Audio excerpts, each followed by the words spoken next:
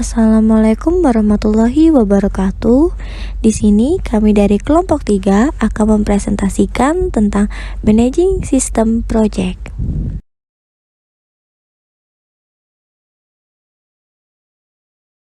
Namun sebelum kami memulai mempresentasikannya, izinkan saya memperkenalkan anggota kelompok kami terlebih dahulu. Yang pertama ada Ridatin Amalia dengan NPM 20013010108. Yang kedua ada Alma Cintia dengan NPM 20013010150. Yang ketiga ada Cantika Zalfa dengan NPM 20013010153. Yang keempat ada Dina Tasyanda dengan NPM 20013010154. Yang kelima ada Esterlin Kurniawati dengan NPM 20013010158. Yang keenam ada Ninesia Alia dengan NPM 20013010165. Yang ketujuh ada Ramanita Eza dengan NPM 20013010170. Yang terakhir ada Putu Paramita dengan 20013010171.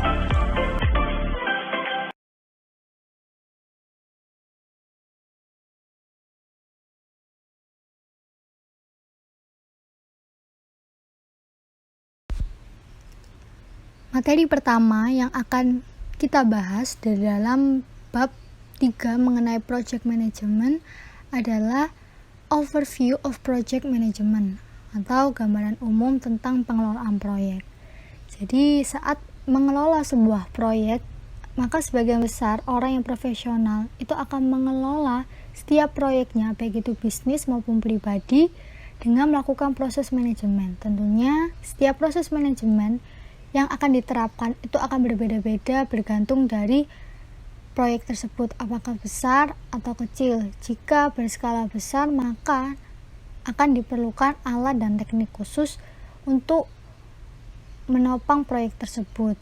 Nah, dalam prosesnya sendiri, sebuah proyek itu akan memerlukan manajer proyek dengan fungsi untuk melakukan perencanaan, penjadwalan, pemantauan, dan juga pengendalian, serta pelaporan pengembangan sistem informasi dalam proyek tersebut. Setelah kita memahami gambaran umum mengenai proyek manajemen, kita akan membahas lebih dalam lagi mengenai bentuk proyek itu sendiri. Jadi proyek itu harus memiliki bentuk yang memenuhi 4 kriteria. Yang pertama, dapat diselesaikan dengan tepat waktu. Yang kedua, sesuai dengan rencana anggaran biaya yang telah disepakati mulai dari awal hingga akhir penyelesaian proyek tersebut. Kemudian yang ketiga, menghasilkan produk yang berkualitas bagi pengguna. Maksudnya berkualitas adalah bermanfaat dan sesuai dengan pengguna tersebut. Kemudian yang keempat, memenuhi persyaratan yang berlaku. Jadi dalam saat proyek itu dilaksanakan, harus memenuhi persyaratan-persyaratan yang berlaku sesuai dengan bidang proyek tersebut. Selanjutnya, setelah kita membahas bentuk proyek itu seperti apa, kita akan membahas mengenai segitiga proyek. Jadi dalam sebuah proyek itu juga ada segitiga. Maksudnya segitiga di sini adalah segitiga manajemen proyek. Nah, segitiga manajemen proyek ini itu berfungsi untuk menganalisis dan memahami berbagai kendala proyek dengan memperhatikan kecepatan, kemurahan, bagus, biaya, tenggat waktu, dan juga lingkupnya. Nah, seperti yang kita lihat di slide ini ada dua gambar. Gambar segitiga manajemen proyek, di mana untuk sisi sebelah kiri itu adalah segitiga manajemen proyek yang sederhananya. Sehingga yang kanan itu merupakan segitiga manajemen proyek yang sifatnya kompleks. Jadi ketika kita menghadapi proyek yang kompleks, maka manajer proyek itu harus menerapkan segitiga manajemen proyek yang lebih kompleks, di mana kendala-kendala yang harus diperhatikan adalah biaya, tenggat waktu, dan lingkup. Misalnya, jika proyek yang sangat kritis, manajer proyek harus mungkin memangkas beberapa fitur atau cakupan Kemudian meminta persetujuan untuk kenaikan anggaran dan menambah personel baru. Jadi intinya setiap masalah dalam suatu proyek itu harus mengidentifikasi biaya atau cost, lingkup atau scope, dan juga tenggat waktu atau time.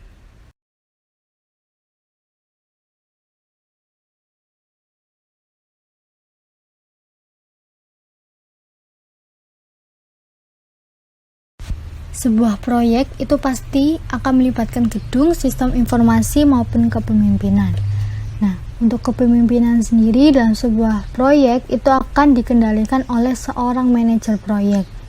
Manajer proyek itu bisa berbeda-beda dalam setiap proyeknya. Jika proyek kecil, kita akan mengenal analis sistem senior.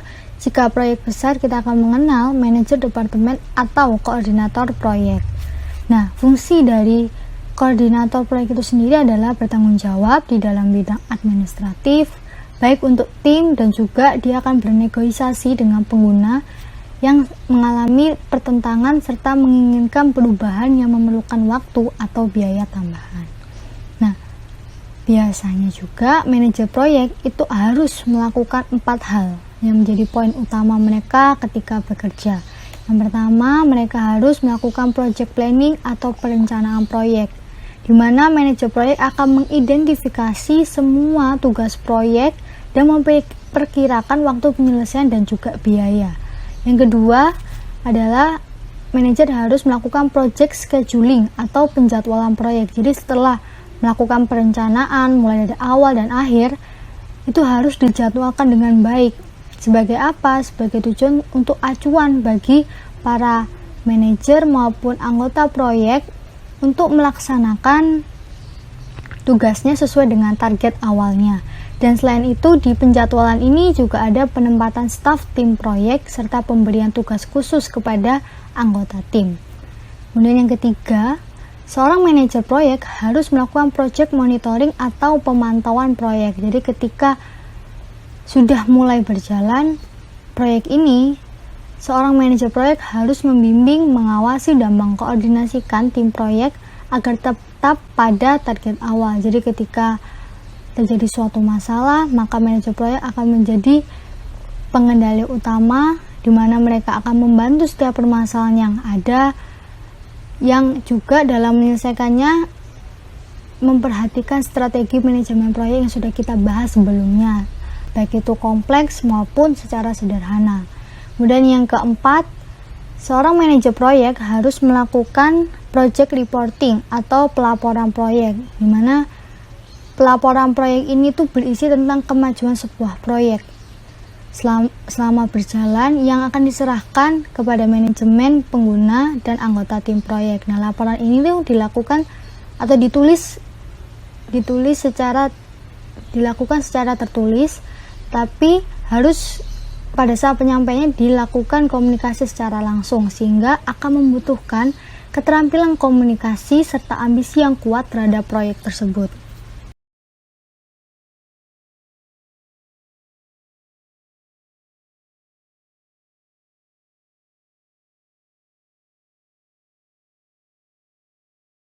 Membuat work breakdown structure atau struktur rincian kerja melibatkan pemecahan proyek menjadi serangkaian tugas yang lebih kecil. Jadi, sebelum membuat WBS ada 2 jenis chart utama yang harus dipahami. Yang pertama ada Gantt chart. Gantt chart adalah diagram batang horizontal yang mewakili serangkaian tugas.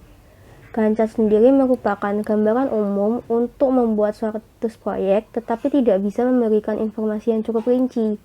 Jadi, biasanya orang-orang hanya melakukan atau membuat Gantt chart untuk proyek-proyek yang lebih sederhana. Misalnya saja pada gambar di bawah. Pada gambar tersebut menampilkan 5 tugas dalam baris vertikal dengan waktu yang ditunjukkan pada sumbu horizontal. Posisinya menunjukkan waktu mulai dan berakhir direncanakan dari setiap tugas, dan panjangnya menunjukkan durasinya. Pada sumbu horizontal, waktu dapat ditampilkan sebagai waktu yang telah berlalu, dan titik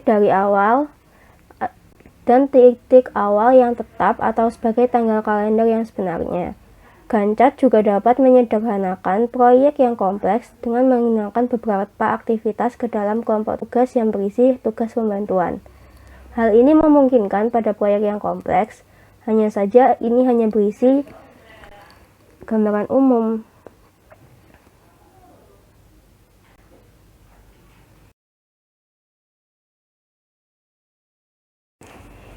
Yang kedua adalah PRT atau CPM chart.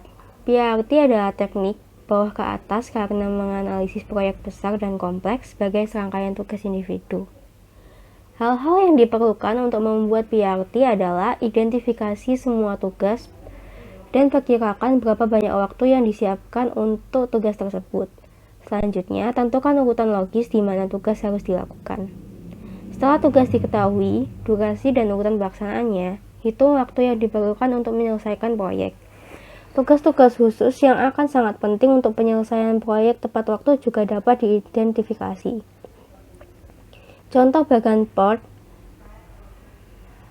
atau PRT dapat ditunjukkan pada gambar tersebut. Di situ kan ada dua gambar. Yang pertama itu adalah gambar yang Gantt chart, sedangkan di bawahnya adalah PRT chartnya.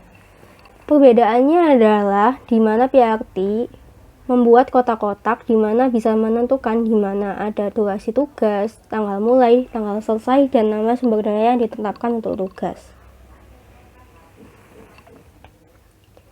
Jadi, meskipun Gantt chart menawarkan tampilan yang lebih sederhana, lebih mudah dibaca, tetapi PRT ini dapat lebih berguna karena dia dapat menunjukkan penjadwalan, pemantauan, dan pengendalian pekerjaan yang sebenarnya.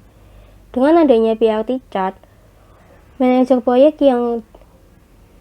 proyek dapat mengonversi waktu mulai dan selesai tugas menjadi tanggal aktual dengan meletakkan seluruh proyek di kalender.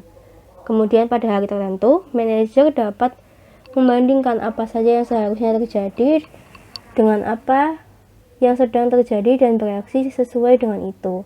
Juga, PRT chart dapat menampilkan pola dan hubungan tugas yang kompleks. Informasi ini sangat berharga bagi seorang manajer yang mencoba mengatasi masalah prioritas tinggi.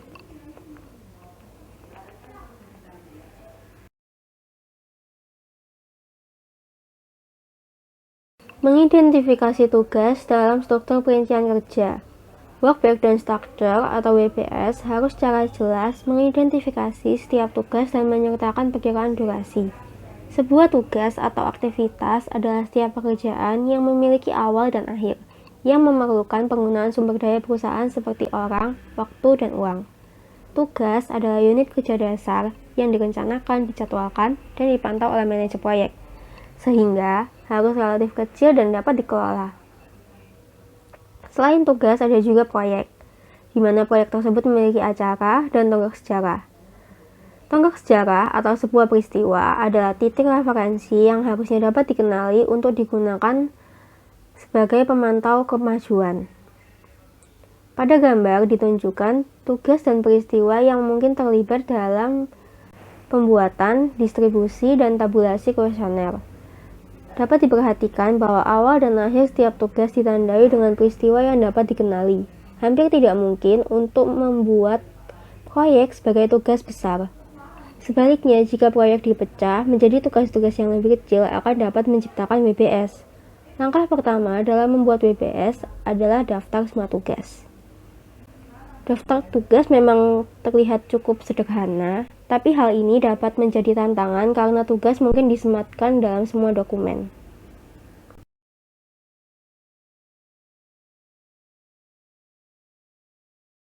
Perkiraan durasi tugas.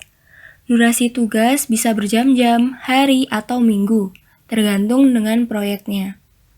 Manajer proyek seringkali menggunakan rumus berbobot untuk memperkirakan durasi setiap tugasnya. Pertama-tama, manajer proyek akan membuat 3 perkiraan waktu untuk setiap tugas. Yang pertama adalah optimis, atau perkiraan kasus terbaik yang dilambangkan dengan huruf B atau biasa disebut dengan best case estimate. Yang kedua adalah perkiraan kemungkinan kasus yang dilambangkan dengan huruf P atau probable case estimate. Yang ketiga ialah pesimis atau perkiraan kasus terburuk yang dilambangkan dengan huruf W atau worst case estimate. Kemudian, manajer akan memberikan bobot yang merupakan nilai penting untuk setiap perkiraan tersebut. Bobotnya dapat bervariasi, tetapi pendekatan yang umum adalah menggunakan rasio B sama dengan 1 dan P sama dengan 4, W sama dengan 1. Durasi tugas yang diharapkan dihitung sebagai berikut ini, yakni rumusnya B tambah 4P tambah W bagi dengan 6.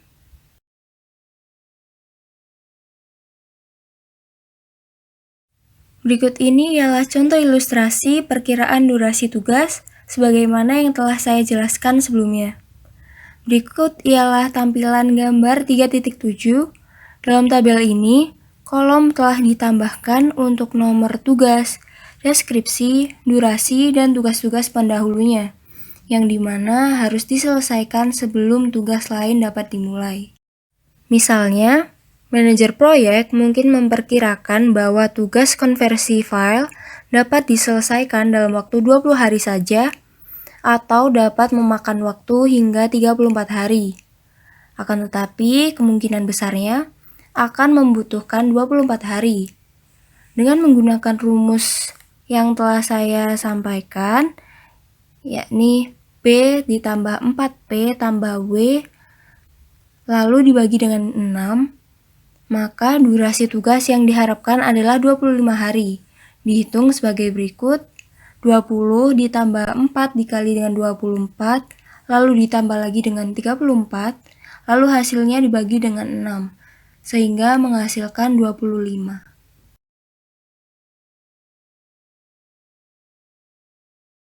Pembahasan selanjutnya membahas mengenai faktor-faktor apa saja yang mempengaruhi durasi. Saat mengembangkan perkiraan durasi, manajer proyek harus mempertimbangkan 4 faktor, sebagai berikut. Yang pertama ada ukuran proyek, dan yang kedua ada sumber daya manusia, yang ketiga ada pengalaman dengan proyek serupa, dan yang terakhir ada kendala. Faktor yang pertama ada ukuran proyek. Sistem informasi memiliki berbagai macam karakteristik, yang dimana karakteristik tersebutlah yang mempengaruhi kompleksitas dan biayanya. Untuk mengembangkan perkiraan yang akurat, manajer proyek harus mengidentifikasi seluruh tugas proyeknya, mulai dari pencarian fakta awal hingga implementasi sistem. Faktor kedua, sumber daya manusia. Seorang manajer proyek harus mengumpulkan dan membimbing tim pengembangan, yang dimana tim pengembangan tersebut harus memiliki keterampilan dan pengalaman untuk menangani sebuah proyek. Dan jika perlu, analis atau pemrogram sistem tambahan harus dipekerjakan atau dilatih. Dan hal ini harus diselesaikan dalam jangka waktu yang tertentu. Faktor yang ketiga adalah pengalaman dengan proyek serupa. Latar belakang pengalaman dengan proyek serupa pastinya dibutuhkan. Metode pengalaman bekerja paling baik untuk proyek-proyek kecil atau menengah, di mana kedua sistem tersebut serupa dalam ukuran, konten dasar, dan lingkungan operasi. Faktor yang terakhir yaitu kendala. Dengan tidak adanya kendala, manajer proyek hanya perlu menghitung semua sumber daya yang dibutuhkan. Namun, jika ada kendala, manajer proyek harus menyesuaikan sumber daya lain atau mengubah ruang lingkup proyeknya.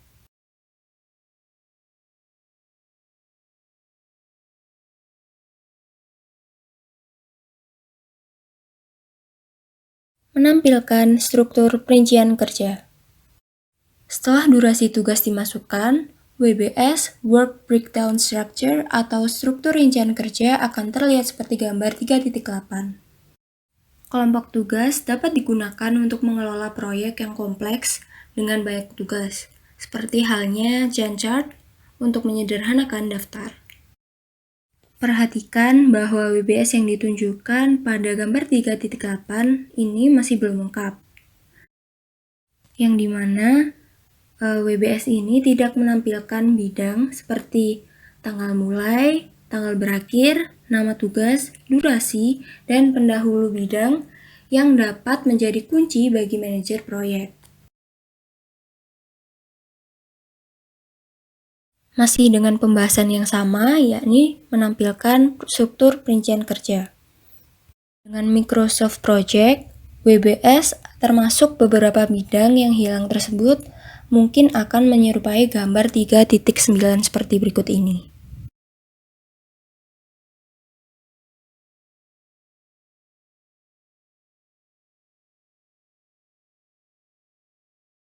Task Patterns dirancang sebagai sarana berbagi pengalaman kerja pengetahuan yang berpusat pada aktivitas.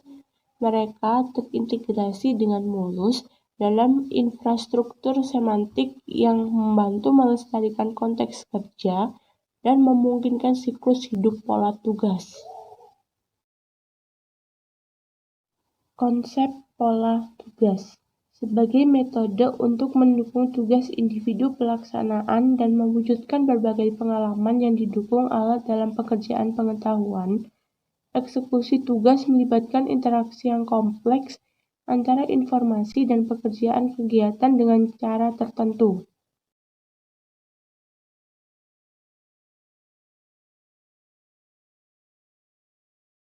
Macam-macam pola tugas. Yang pertama ada tugas sederhana, di mana tugas sederhana ini terdiri dari mesin status tunggal yang ditangani oleh satu-satunya utas dalam tugas.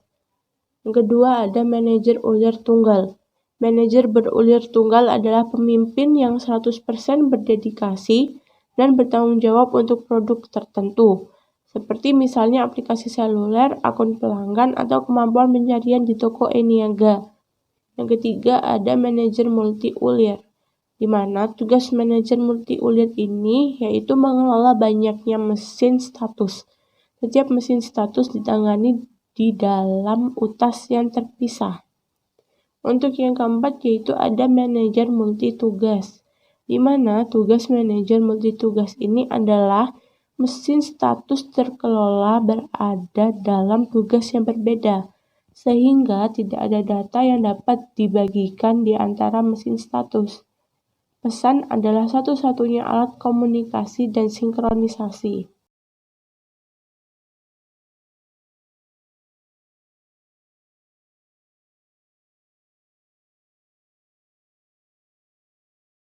Apa itu the critical path?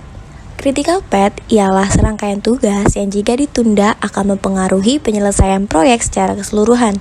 Jika ada tugas di critical path yang terlambat dari jadwal, maka seluruh proyek akan tertunda. Mengapa demikian? Hal itu karena pola tugas sudah ditentukan sesuai urutan tugas yang akan dilakukan.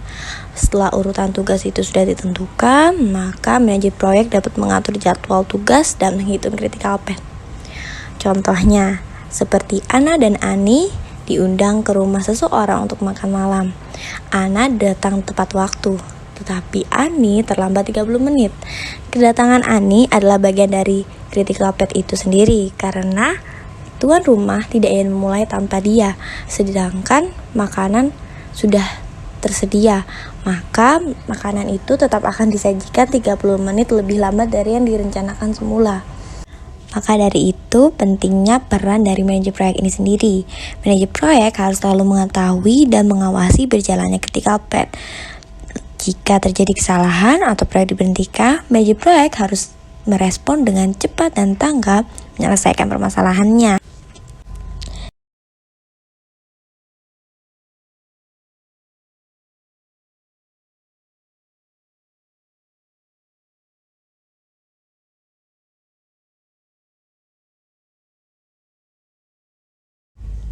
Oke, selanjutnya ada calculating the critical path. Di sini terdapat gambar yang menunjukkan pola proyek dengan 5 tugas. Untuk informasi lebih lanjut, bisa dilihat pada pola tugas di gambar berikut. Di sini sudah diatur ada nama tugas, ID, dan durasi. Hal ini semua sudah diatur oleh analisis. Oke, kita mulai dari yang pertama. Tugas pertama dimulai dari otorisasi. ID tugas 1, durasi 10 hari. Di sini bisa dilihat tugas 1 dimulai pada hari ke-1 dan memiliki durasi 10 hari. Jadi tanggal selesainya adalah hari ke-10. Lalu lanjut ke tugas kedua, yaitu tugas ini bergantung pada tugas 1. Dapat dimulai pada hari ke-11, sehari setelah tugas 1 berakhir. Tugas kedua ini mempunyai durasi 30 hari. Jadi tugas kedua akan berakhir pada hari ke-40. Lalu setelah tugas 2 selesai, bisa dilanjut untuk tugas ketiga dan keempat. Tugas ketiga dan keempat ini penerus yang dimulai dari tugas kedua. Tugas ketiga dimulai setelah hari ke-40. Begitu juga tugas keempat bisa dimulai setelah hari ke-40. Tugas ketiga ini mempunyai durasi 5 hari dan berbeda dengan tugas keempat. Tugas keempat ini mempunyai durasi selama 25 hari. Nah, tugas ketiga ini akan berakhir pada hari ke-45, tetapi tugas keempat berakhir pada hari ke-65. Jadi, selanjutnya untuk ke tugas kelima harus menunggu sampai tugas ketiga dan tugas keempat ini selesai, baru bisa dimulai untuk tugas yang kelima, yang terakhir. Nah, tugas kelima ini dimulai setelah tugas keempat ini selesai, karena jika tugas keempat belum selesai, maka tugas kelima yang terakhir ini tidak dapat dimulai, seperti di contoh ini. Dapat dilihat pada tugas kelima dimulai setelah tugas 3 dan keempat selesai.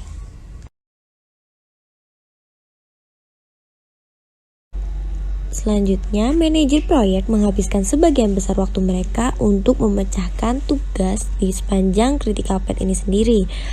Kenapa demikian? Hal ini karena keterlambatan dalam tugas-tugas tersebut memiliki potensi terbesar untuk menunda atau membahayakan proyek.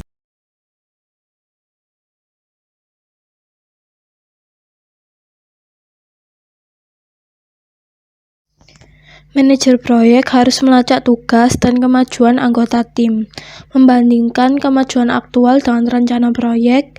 Setelah itu memverifikasi penyelesaian tonggak proyek dan menetapkan standar dan memastikan bahwa perintah manajer proyek diikuti. Setelah itu, kegiatan monitoring dan kontrol ini merupakan tindakan saling timbal balik. Jadi, saat kita melakukan tugas monitoring proyek, pasti kita juga akan melakukan tugas controlling terhadap proyek yang dijalankan. Selain itu, monitoring dan kontrol berfokus pada pengendalian pekerjaan ke arah tujuan proyek, penggunaan efektif pada sumber daya, perbaikan masalah-masalah yang ada proyek, dan memastikan bahwa hasil yang ditargetkan proyek berjalan sesuai rencana. Selanjutnya ada monitoring and control teknik. Umumnya, analis sistem meninjau pekerjaan analis sistem lain, dan pemrogram meninjau pekerjaan pemrogram lain. Terstruktur berlangsung sebagai bentuk peer review, dan terstruktur berlangsung di seluruh SDLC dan disebut tinjauan desain, tinjauan kode, atau tinjauan pengujian, tergantung pada fase di mana mereka terjadi. Nah, dengan tinjauan ini dapat menganalisis lebih lanjut masalah, mencari tahu mengapa sesuatu itu terjadi, dan dapat menyoroti masalah apapun yang mungkin terjadi. Nah, teknik monitoring dan kontrol ini dapat dibagi menjadi 3 bagian, yaitu yang pertama ada pemantauan rencana proyek, yang kedua ada pemantauan anggaran proyek, dan yang ketiga pemantauan status pada tingkat yang berbeda oleh tim proyek. Selanjutnya ada maintaining a schedule. Proses dari jadwal proyek, yaitu yang pertama ada merencanakan jadwal kegiatan, yang kedua tentukan kegiatan apa saja pada proyek tersebut, yang ketiga ada menentukan dependensi, yang keempat rangkai kegiatan dari proyek, yang kelima perkiraan sumber daya untuk proyek tersebut, Yang keenam, perkiraan durasi agar jadwal tersusun rapi. Yang ketujuh, kembangkan jadwal proyek sesuai dengan kegiatan. Dan yang terakhir, monitoring dan kontrol. Untuk mempertahankan jadwal proyek dapat menjadi tantangan, dan sebagian besar proyek mengalami setidaknya beberapa masalah atau penundaan. Dengan memantau dan mengendalikan pekerjaan, manajer proyek mencoba mengantisipasi masalah, menghindarinya atau meminimalisir dampaknya, mengidentifikasi potensi, dan memiliki cara terbaik untuk memecahkan masalah dengan solusi. Semakin baik rencana awal, semakin mudah juga untuk mengontrolnya. Obrolan proyek direncanakan dan dijadwalkan dengan PERT atau JPM atau dalam WBS dengan Gantt chart. Dapat dilacak dan dikontrol menggunakan teknik yang sama.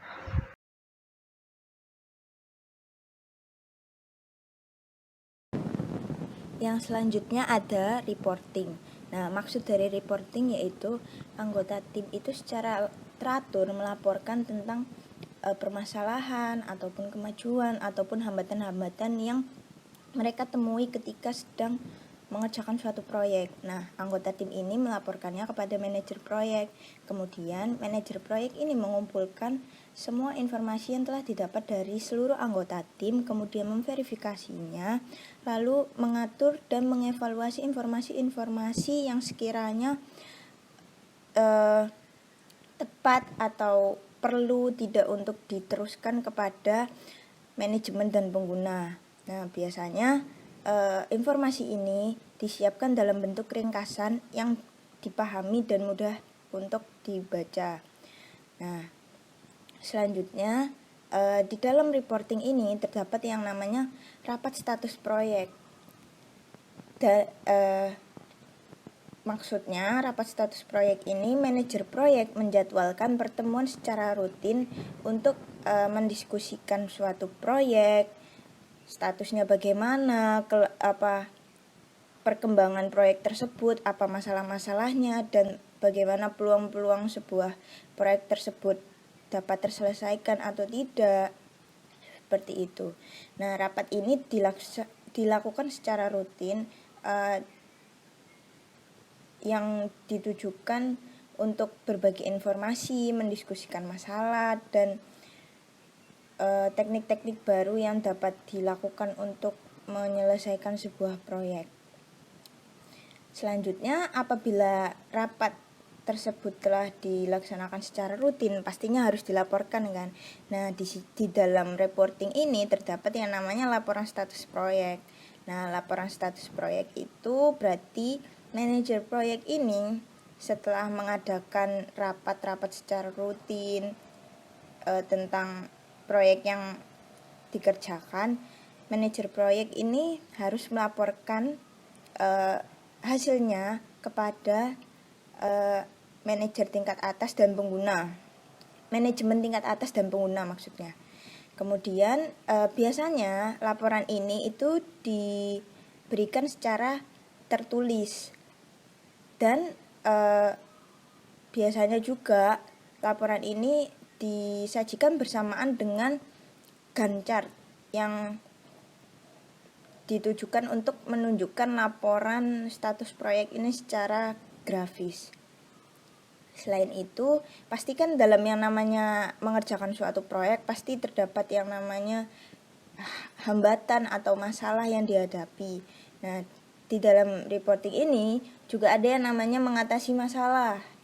Jadi, manajemen itu harus memikirkan kemungkinan masalah yang terjadi seperti pembengkakan biaya, penundaan jadwal, atau masalah-masalah teknis yang dihadapi selama mengerjakan suatu proyek.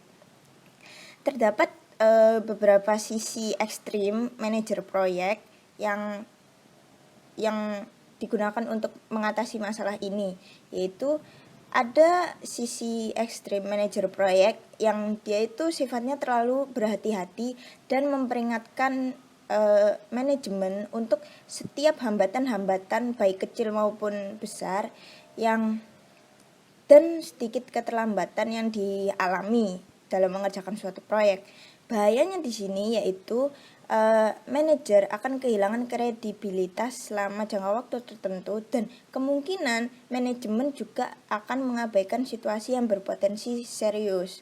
Misalnya ada masalah yang kemungkinan bisa menjadi besar, itu bisa jadi kayak terabaikan seperti itu karena terlalu banyak yang dilaporkan oleh manajer proyek.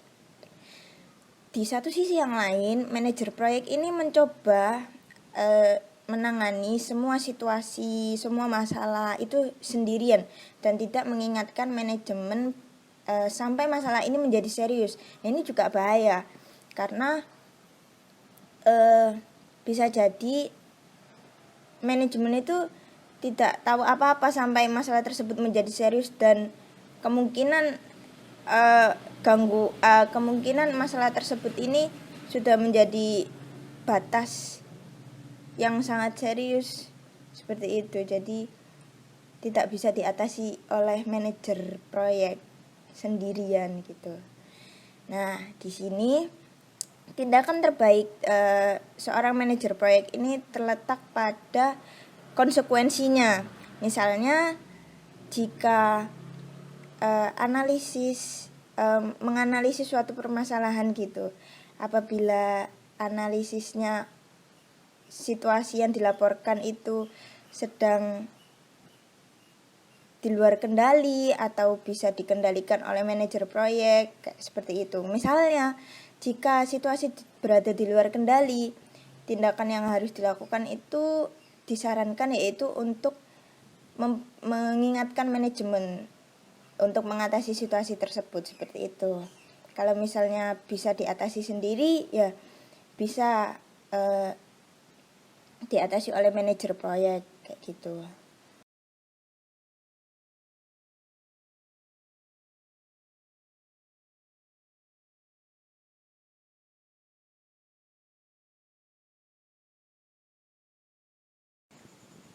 Lalu yang selanjutnya ada project management software, yang dimana sekarang kan namanya zaman digital ya, terdapat aplikasi-aplikasi penunjang untuk membantu sebuah proyek perusahaan.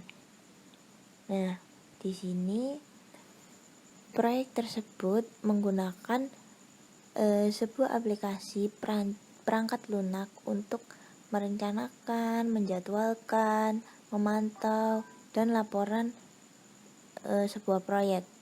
Di sini aplikasi tersebut memiliki fitur yang lengkap seperti menawarkan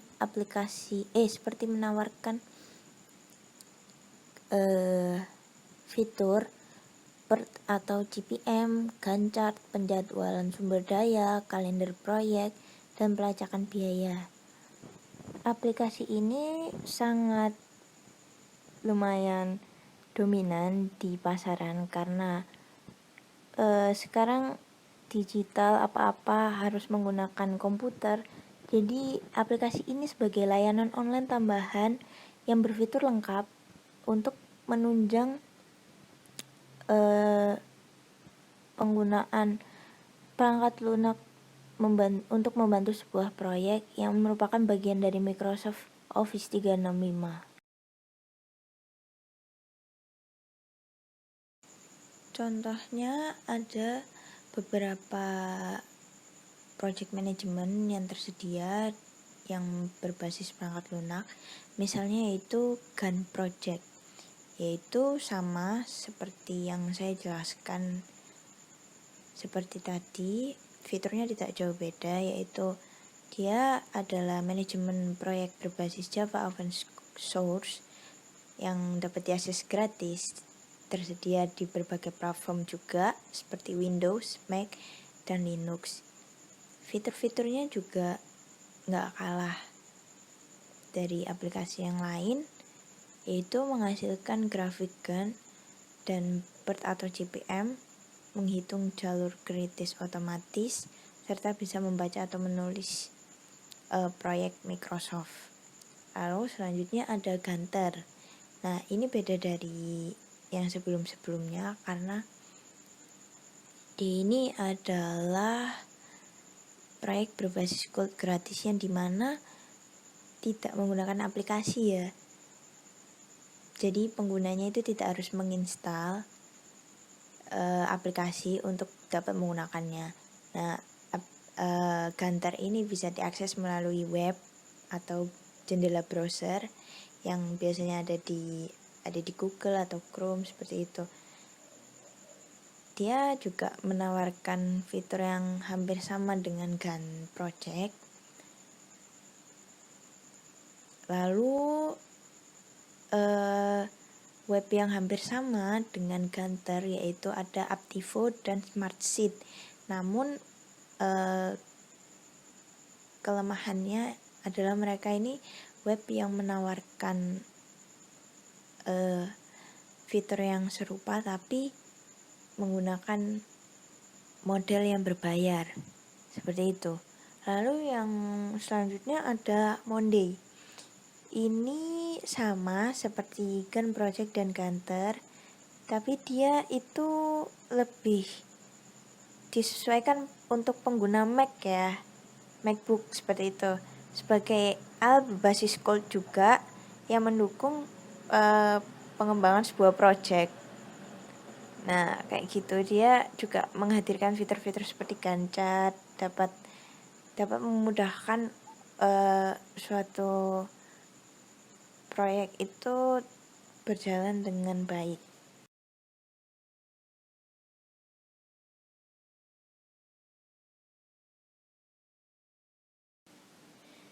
Situs-situs web yang dapat memudahkan informasi untuk membantu manajer proyek dalam menjadwalkan, mengelola, memperoleh data seperti itu sangat keren ya untuk digunakan, apalagi kalau misalnya ada versi demonya uji coba dan bisa dibuat pelatihan. Nah, terlepas dari alat manajemen proyek tersebut, rembesan demi rembesan yaitu mengikuti perkembangan WBS, yaitu mengerjakan pola tugas menganalisis jalur kritis. Perbedaannya ini yaitu perangkat lunaknya sebagian besar secara otomatis ya, langsung otomatis gitu, dan memungkinkan manajemen itu memperoleh keuntungan, jadi lebih cepat, lebih efisien, lebih efektif seperti itu. Jadi manajer proyek dapat menyesuaikan jadwal, memperkirakan, dan penugasan sumber daya itu dapat dilakukan secara cepat seperti itu. Lalu di dalam WBS ini terdapat yang namanya struktur kerusakan kerja. Nah, WBS project ini menggunakan Microsoft Project yang membuatnya dilakukan secara manual.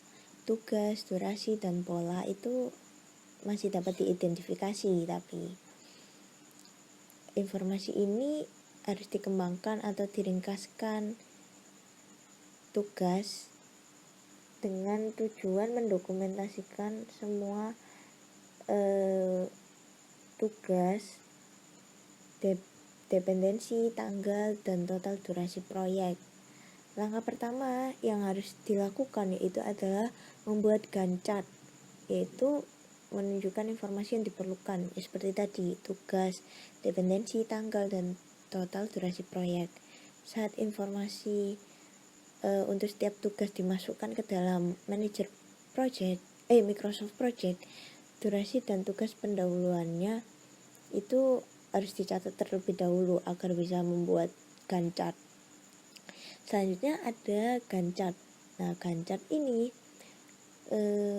saat tugas itu dimasukkan, program yang terdapat di WBS ini secara otomatis melakukan perhitungan dan mendeteksi pola tugas yang ada dan membuat bagian Gantt chart. Nah, Gantt chart ini terdiri dari batang horizontal yang digabungkan dengan panah-panah yang menunjukkan ketergantungan tugas. Misal jika minggu ini kerja biasa dipilih tugas tidak akan dijadwalkan pada hari Sabtu dan Minggu. Seperti itu Kak, misalnya tugas hari Senin ngapain gitu, ada tugas hari Selasa, ada tugas apa, namun hari Sabtu dan Minggu libur itu juga bisa dapat dilihat di Gantt chart ini. Lalu selanjutnya ada diagram jaringan. Apabila semua bagian Gantt chart selesai, data itu dapat dilihat dalam bentuk diagram pada jaringan proyek Microsoft. Mirip dengan per chart ini. Jadi ketika opsi diagram jaringan dipilih, tugas proyek, dependensi, dan tanggal mulai ini dan selesai untuk setiap tugas yang ditampilkan. Jadi semua proyek, semua tanggal pengerjaan proyek kayak gitu, itu dapat dilihat melalui diagram jaringan.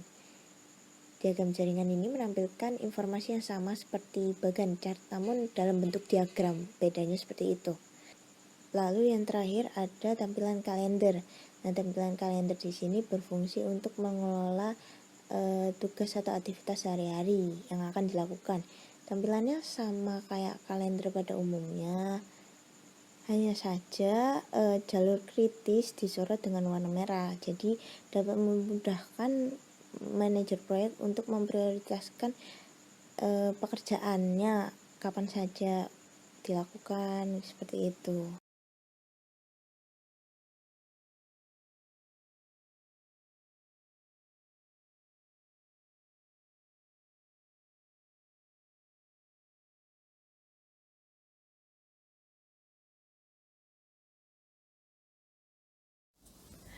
Selanjutnya ada risk management, yaitu mengidentifikasi, menganalisis, mengantisipasi, dan memonitoring risiko yang nanti itu tujuannya meminimalisir risiko yang berdampak pada rancangan yang ada. Terus ada risiko manajemen dasar, ada 3. Yang pertama, mengembangkan perencanaan manajemen risiko, lebih kepada meninjau ulang bidang proyek, pemegang saham, anggaran, jadwal, faktor internal dan eksternal yang akan mempengaruhi proyek nantinya. Yang kedua, mengidentifikasi risiko. Kita membuat daftar di tiap risiko dan kemungkinan yang akan terjadi di proyek kita. Selanjutnya, yang ketiga, risiko manajemen dasar ada menganalisis risiko dengan proses 2 tahap. Yang pertama ada analisis risiko kualitatif. Ia akan mengestimasi kemungkinan yang terukur dan tingkat dampaknya. Dan yang kedua ada risiko kuantitatif, yang mana dia itu fokus pada dampak aktual seperti dolar, waktu, ruang lingkup, proyek, atau kualitas. Jadi nanti dia itu juga melibatkan proses model yang namanya what if. Jadi memvariasikan satu atau lebih elemen dalam model untuk mengukur model lainnya.